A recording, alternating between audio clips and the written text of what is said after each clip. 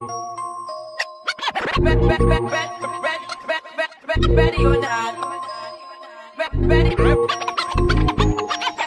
or not. Here I come. Can't hide. What's good, everybody? How y'all doing? It's your boy Anthony here yet again with another message here on Wise Horizons, where you get to listen, you get to watch, and you also get to learn as you follow along with all of the great things that we are going to be talking about and all of the great topics that we're going to be diving into, right? So today's topic is going to be a pretty interesting one. It's going to be very scriptural, and it's going to also be applicable as well as to today's life, because a lot of people experience this. But today's topic is going to be they thought they won. And the reason I'm calling it that is because, like, I opened my word up today and fell in the book of Ezra and fell on chapter 4, right? And in chapter 4, like, it's talking about a lot of things going on. It's talking about building, right? And I find so many similarities to even today, where people can start to try to build. You can be the person that's trying to build. You have a friend that's trying to build. You have individuals that's in close proximity where you see them working towards something, right?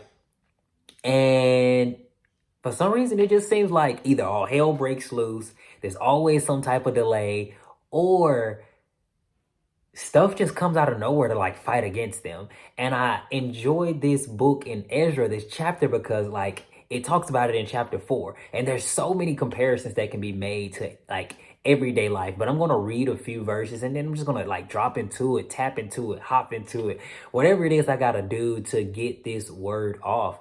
So remember, they thought they won. But in chapter 4 of verse Ezra, it says, "Now when the adversaries of Judah and Benjamin heard that the descendants of the captivity were building the temple of the Lord of God of Israel, they came to Zerubbabel and the heads of the fathers' houses said to them, 'Let us build with you, for we seek your God as you do, and we have sacrificed to him since the days of Esarhaddon, king of Assyria, who brought us here.'" So literally that chapter starts off by saying, now when the adversaries of Judah and Benjamin heard, let's stop right there, heard, when the adversaries, those who were against him, those who did not have their good in heart, those who really wanted to see them fail, when they heard, man, y'all, I got to say this to somebody. Sometimes your enemy, when they just hear that you're trying to do something, something in them makes them just want to fight against you. Sometimes when people just hear what you got going on, it's something about that, just them hearing, where they go into sabotage mode. They go into a place of they don't want to see you prosper. They go into a place of, I just heard that they trying to do something that I'm not doing, that doesn't benefit me. Oh, let me destroy it.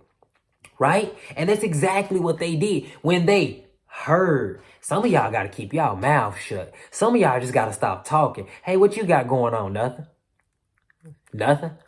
What you been up to? Nothing. Are you working towards anything this year? Maybe. I don't know.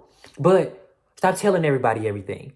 And sometimes you might not be the one talking. Maybe somebody around you is talking and telling your business, not because they have ill intent, but because they're truly excited, but they're telling the wrong people. And when they just hear that you're trying to go in a different direction, when they just hear that you're trying to do something different, it's just something about that just brings out demons.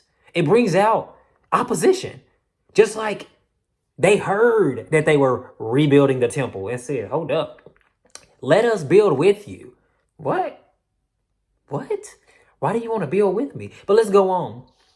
But Zerubbabel and Jeshua and the rest of the heads of the fathers' houses of Israel said to them, "You may do nothing with us to build a house for our God, but we alone will build to the Lord God of Israel, as King Cyrus, the king of Persia, has commanded us." They flat out said, no.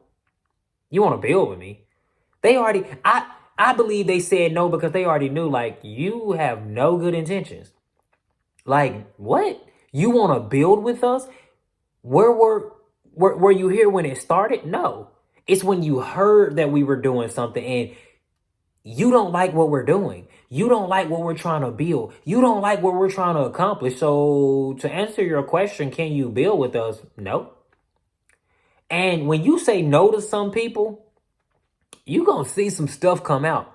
Really, if you want to see individuals' true colors, tell them no. Just tell them no. And this is in real life, real time, in this day as well. They said no. And some of you have to get to a point where you're willing to just tell people no. And either they're going to show you that their heart is pure, or they're going to show you what their real intention was. Straight up. But scripture goes on to continue to say this in verse 4.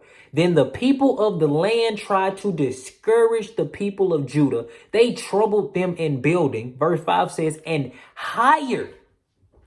Bro, what, y'all paid? Wait a minute. And hired counselors against them to frustrate their purpose all the days of Cyrus, king of Persia, even until the reign of Darius, king of Persia.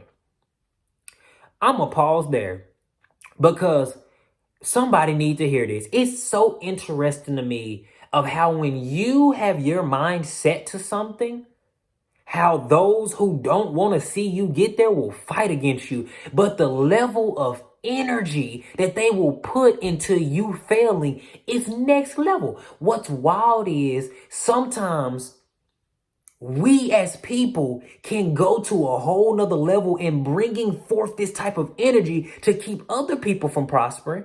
When in all reality, if you take that same type of energy and put it towards positivity, you can do great things. But we as people can sometimes be so spiteful. This ain't just in the Bible. This is happening today. When people want to do something great, you have individuals who somehow can be the laziest, can be the lowest, can be the quietest, can be nothing, can literally start pulling energy out of nowhere to keep you from going where it is that you're trying to go, to keep you from building what it is that you want to build, to keep you from reaching that thing that you see that nobody else can see, but you're saying, I can see it.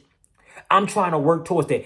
It's something about people having a goal and saying no and standing firm that does something to other type of people who don't know how to have that type of level of accountability to themselves.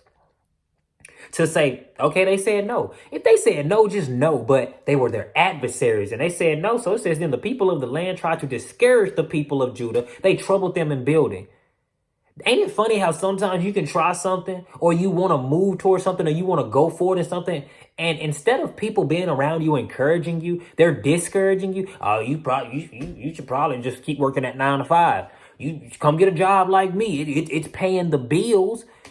Fam, I don't want to work for nobody for the rest of my life. So if I say I have a vision to create a business and you telling me, well, you should probably stick with the status quo just like everybody else, we're not the same. I don't even think I want you within my vicinity simply because I'm sharing something with you and your answer and your response is not to uplift, but it's to pull down. Be mindful of those people of who you tell your deepest, greatest dreams to.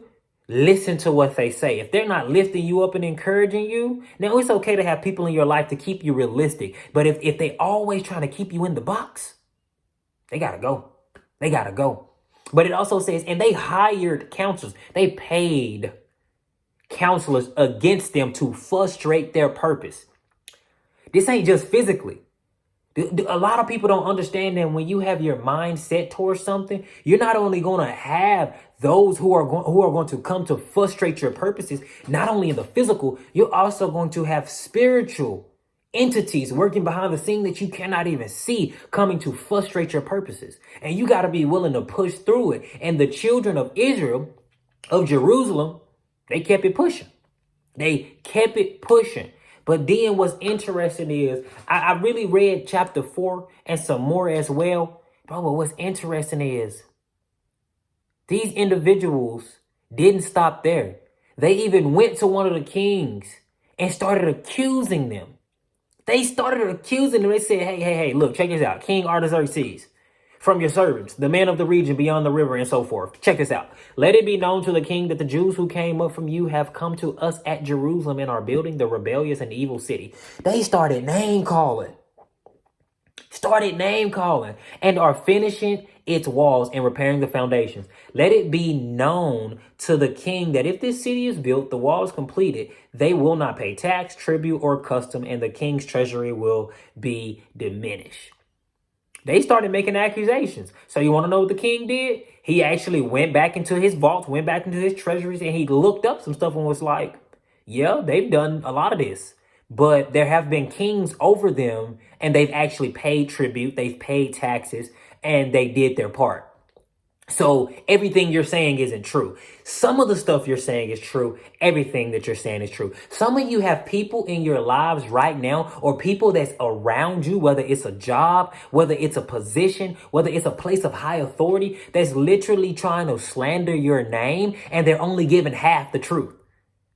But they're not telling the other part because they want you gone.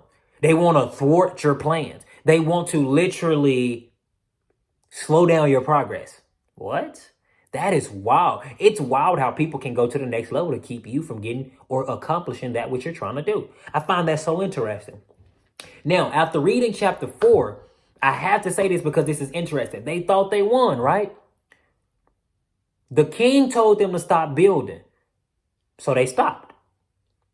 But then a prophet, Haggai, and then I believe it's Zechariah, they came onto the scene and prophesied and told them, hey, go ahead, get back to work. This is in chapter 5. Get back to work. And these same men came back and was like, who told y'all to start building? They was like, look, we building this for God. Like, we are the children of God. But then also there was a king, King Cyrus, that told us and decreed that we can start building this. And they took it back to King Darius, and he looked into it.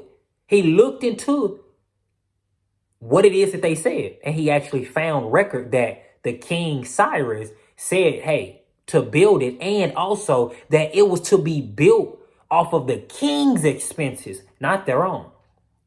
So the reason I'm hopping into that, and I encourage anybody that's listening to this to read Ezra chapter 4, chapter 5, and chapter 6, because some people think that they've won in your lives. Some of your enemies think that they've won, and that's not the case at all. When really, in all reality, your enemies, as much energy that they're putting into trying to stop you, trying to keep you from getting to your destination, trying to slow you down, they're actually helping you. When they thought they won, they're not realizing that they're setting you up for a come up, simply because when King Darius looked and found the record of what King Cyrus had decreed, he said, hey, make it happen. And then told the same individuals who came to King Artaxerxes, he said, y'all stay far away from their plans. He gave them an order. Hey, y'all move around, because this is what King Cyrus decreed. Y'all, because of your evil intent, went to another king and then accused them, stopped what God was doing. And then guess what? Still, you messing around has set into motion them rebuilding. So it only stopped for a time. Sometimes we got to understand that what is happening is not a complete halt.